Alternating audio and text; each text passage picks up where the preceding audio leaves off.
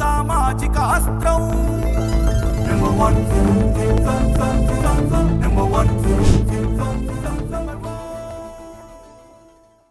తెలంగాణ రాష్ట్రంలో మరో కొత్త పార్టీ ఆవిర్భవించింది.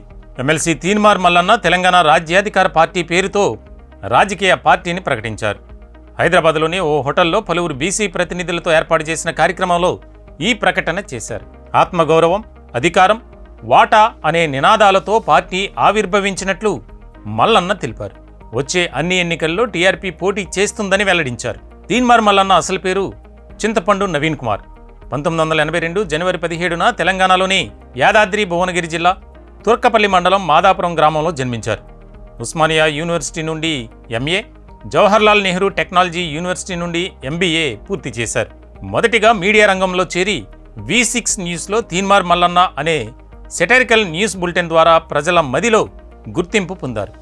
ఇతర ఛానల్లో కూడా పనిచేశారు. 2015వ సంవత్సరంలో తీన్మార్ మల్లన్న రాజకీయ ప్రస్థానం మొదలైంది. కాంగ్రెస్ పార్టీ తరపున నల్గొండ, ఖమ్మం, వరంగల్ పట్టభద్రుల ఎమ్మెల్సీ స్థానానికి పోటీ చేసి వాటమి పాలయ్యారు. 2019లో జరిగిన హుజూర్ నగర్ అసెంబ్లీ ఉప ఎన్నికలో స్వతంత్ర అభ్యర్థిగా పోటీ చేసి ఓడిపోయారు.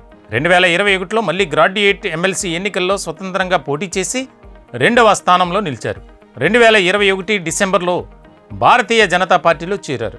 2023 నవంబర్ 8న తిరిగి కాంగ్రెస్ పార్టీలో చేరారు. 2024లో వరంగల్, నల్గొండ, ఖమ్మం పట్టభద్రుల ఎమ్మెల్సీ ఎన్నికల్లో కాంగ్రెస్ తరపున పోటీ చేసి విజయం సాధించారు. మొట్టమొదటిసారిగా ఎమ్మెల్సీ అయ్యారు. ఎమ్మెల్సీ అయిన తర్వాత తీన్మార్ మల్లన్న కొన్ని వివాదాస్పద వ్యాఖ్యలు చేశారు. ముఖ్యంగా కులగణన సర్వే నివేదికపై రెడ్డి సామాజిక వర్గంపై చేసిన వ్యాఖ్యల కారణంగా కాంగ్రెస్ పార్టీ నుండి షోకాజ్ నోటీసులు వచ్చాయి. వివరణ ఇవ్వకపోవడంతో 2025లో సస్పెండ్ అయ్యారు. 2025 సెప్టెంబర్ 17వ తేదీన తెలంగాణ రాజ్యాధికార పార్టీ టీఆర్పీ అనే కొత్త రాజకీయ పార్టీని ప్రకటించారు తీన్మార్ మల్లన్న. ఈ పార్టీ ముఖ్యంగా బీసీ వర్గాల హక్కులు, ఆత్మగౌరవం, వాటా వంటి విషయాలపై పోరాడడానికి పుట్టిందని తీన్మార్ మల్లన్న ప్రకటించారు.